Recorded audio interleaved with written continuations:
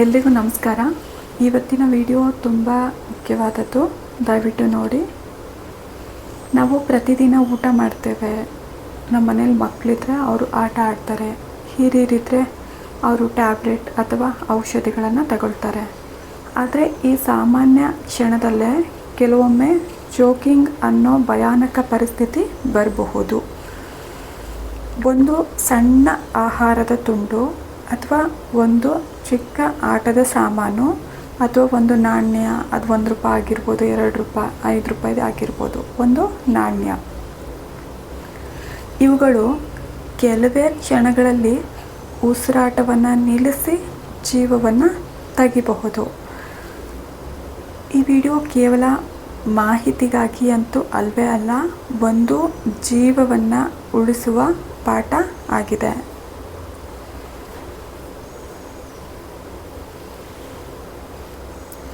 ದಯವಿಟ್ಟು ಕೊನೆವರೆಗೂ ಈ ವಿಡಿಯೋವನ್ನು ನೋಡಿ, ಯಾಕಂದರೆ ನೀವು ಕಲಿಯುವ ಈ ವಿಷಯ ಒಂದಿನ ನಿಮ್ಮ ಮನೆಯವರ ಅಥವಾ ನಿಮ್ಮ ಅಕ್ಕಪಕ್ಕದವರ ಜೀವವನ್ನು ಉಳಿಸಬಹುದು.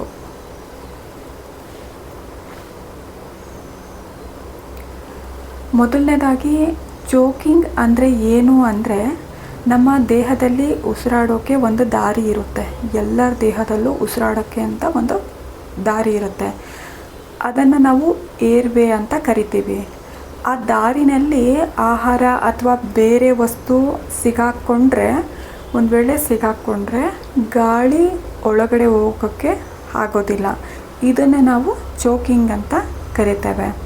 ಸಾಮಾನ್ಯವಾಗಿ ಇದಾಗೋದು ಯಾವಾಗ ಅಂದರೆ, ನಾವು ಊಟ ಮಾಡಬೇಕಾದ್ರೆ ಅಥವಾ ಓಡಾಡಿಕೊಂಡು, ಸಣ್ಣ ಮಕ್ಕಳಾದರೆ ಓಡಿಕೊಂಡು ಊಟ ಮಾಡಬೇಕಾದ್ರೆ ಅಥವಾ ನಗ್ತಾ ಮಾತಾಡಿಕೊಂಡು ಊಟ ಮಾಡಬೇಕಾದ್ರೆ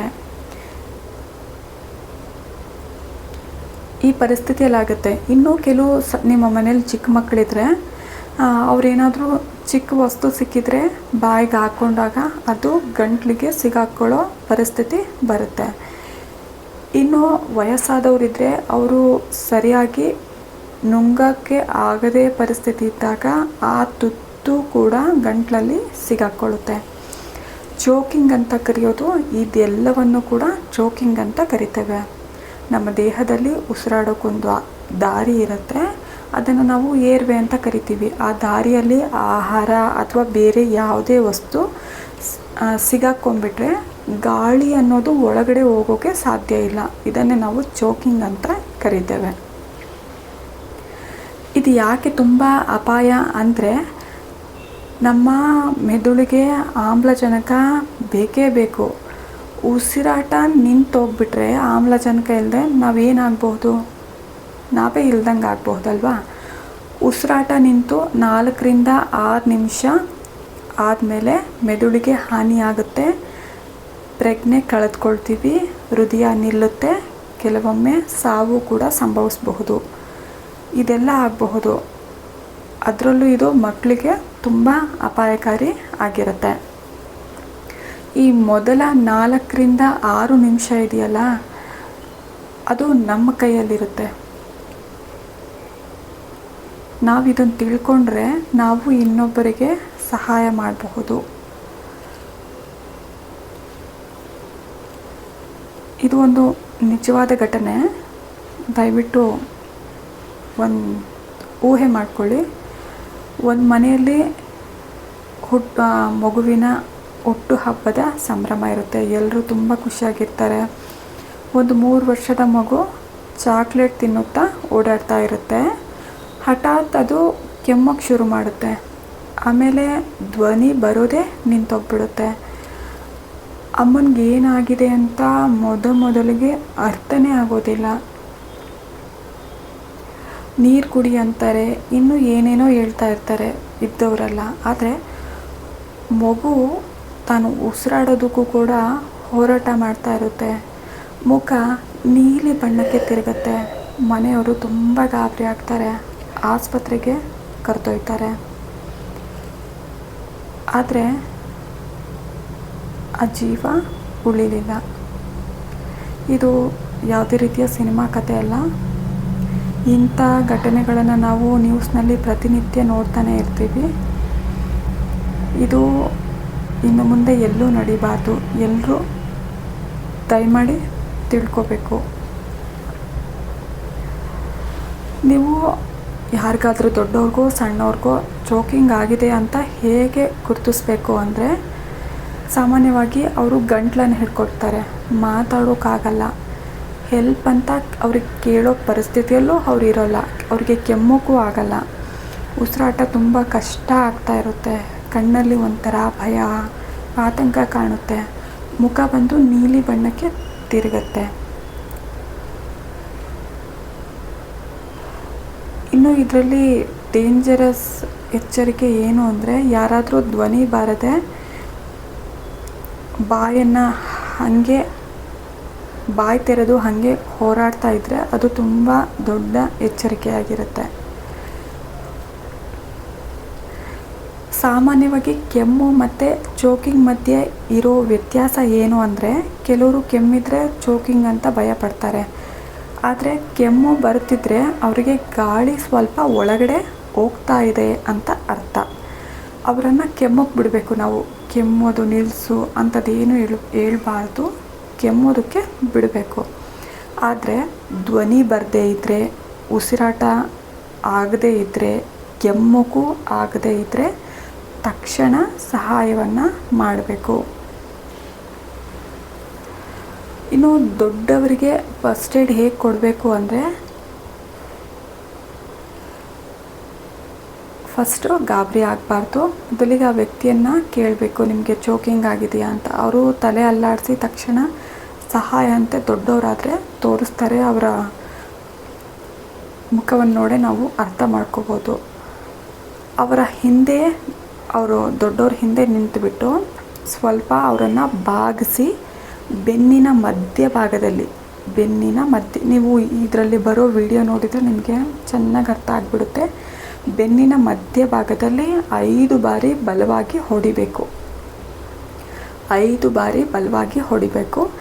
ಕೆಲವೊಮ್ಮೆ ಇದರಿಂದ ವಸ್ತು ಹೊರಗಡೆ ಬಂದುಬಿಡುತ್ತೆ. ಇನ್ನೊಂದು ವಿಧಾನ ಇದೆ.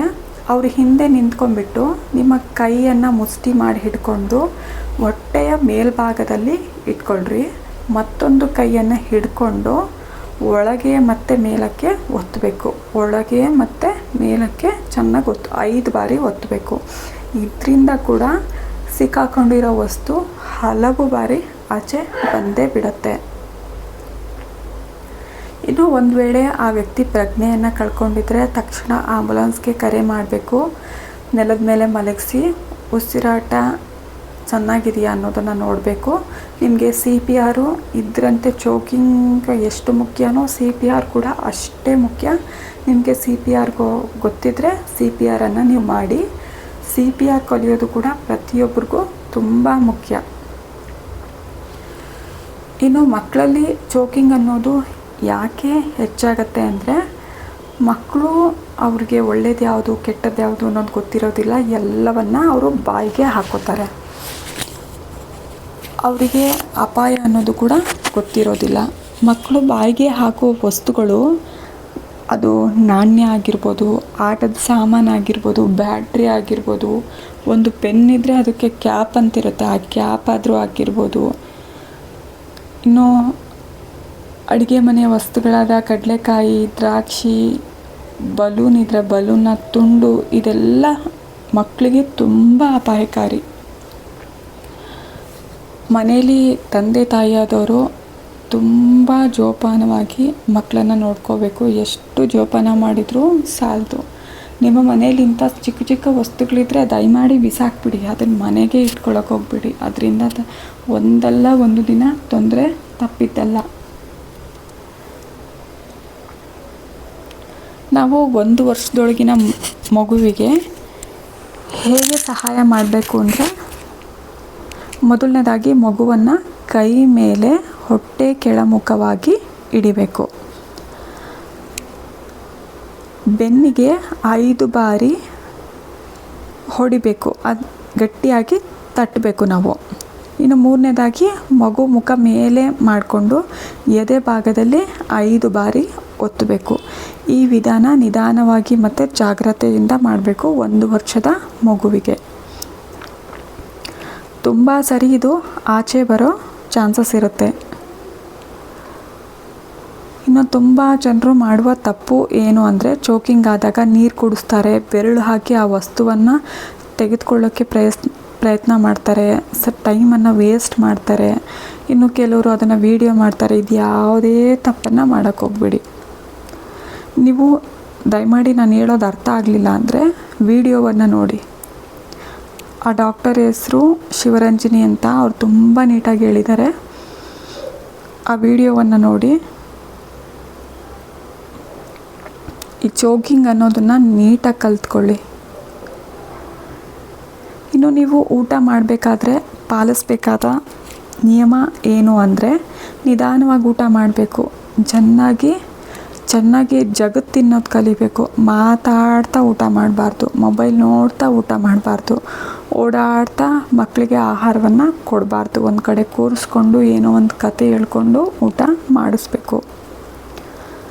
ಇನ್ನು ಹಿರಿಯ ವ್ಯಕ್ತಿಗಳಲ್ಲಿ ಚೋಕಿಂಗ್ ಯಾಕಾಗತ್ತೆ ಅಂದರೆ, ಅವ್ರಿಗೆ ಹಲ್ಲಿನ ಸಮಸ್ಯೆ ಇರ್ಬೋದು, ಅಥವಾ ವಯಸ್ಸಾದ್ದರಿಂದ ನುಂಗೋಕ್ಕೆ ಸಮಸ್ಯೆ ಇರ್ಬೋದು, ಅಥವಾ ಅವರಿಗೆ ಸ್ಟ್ರೋಕ್ ಆಗಿದ್ದರೆ ಸ್ಟ್ರೋಕ್ ನಂತರದ ತೊಂದರೆ ಆಗಿರ್ಬೋದು. ಇದೆಲ್ಲದರಿಂದ ಅವ್ರಿಗೆ ಚೋಕಿಂಗ್ ಅಪಾಯ. ಇನ್ನು ಮುಖ್ಯವಾದದ್ದು ಅಂದರೆ, ಶಾಲೆಗಳಲ್ಲಿ ಜಾಗೃತಿಯನ್ನು ಮೂಡಿಸ್ಬೇಕು. ಪ್ರತಿ ಶಾಲೆಯಲ್ಲೂ ಕೂಡ ಟೀಚರ್ಸ್ಗೆ ಫಸ್ಟ್ ಏಡ್ ಗೊತ್ತಿರಬೇಕು, ಮಕ್ಕಳಿಗೆ ಅವೇರ್ನೆಸ್ಸನ್ನು ಕೊಡಬೇಕು, ಸಣ್ಣ ವಸ್ತುಗಳ ಬಗ್ಗೆ ಎಚ್ಚರಿಕೆಯನ್ನು ಅವ್ರು ಕೊಡಲೇಬೇಕು. ಒಂದು ಟೀಚರ್ನ ಜಾಗ್ರತೆ ಒಂದು ಮಗುವಿನ ಜೀವವನ್ನು ಉಳಿಸುತ್ತೆ. ಅವರಿಗೆ ಈ ಚೋಕಿಂಗ್ ಬಗ್ಗೆ, ಫಸ್ಟ್ ಏಡ್ ಬಗ್ಗೆ, CPR ಬಗ್ಗೆ ಮಾಹಿತಿ ಅಂತೂ ಗೊತ್ತಿರಲೇಬೇಕು.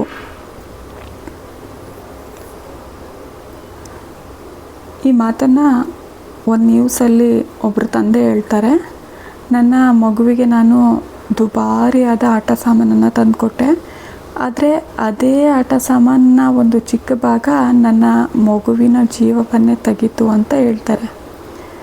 ನೋಡ್ರಿ, ಯಾವುದರಿಂದ ಯಾವಾಗ ತೊಂದರೆ ಬರುತ್ತೆ ಅಂತ ಹೇಳೋಕ್ಕೆ ಆಗಲ್ಲ. ತಂದೆ ತಾಯಿ ಯಾದವರು ಅಷ್ಟು ಜಾಗರೂಕತೆಯಿಂದ ಮಕ್ಕಳನ್ನು ನೋಡ್ಕೋಬೇಕು. ಮತ್ತು ಸ್ಕೂಲ್ಗೆ ಹೋದಾಗಲೂ ಕೂಡ ಟೀಚರ್ಸ್ನ ಕರ್ತವ್ಯ ಅದಾಗಿರುತ್ತೆ.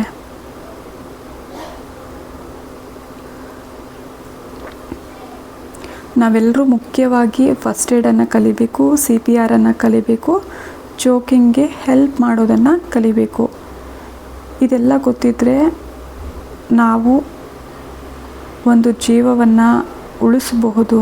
ಅದೆಷ್ಟು ಮಹತ್ ಕಾರ್ಯ ಅಲ್ವಾ.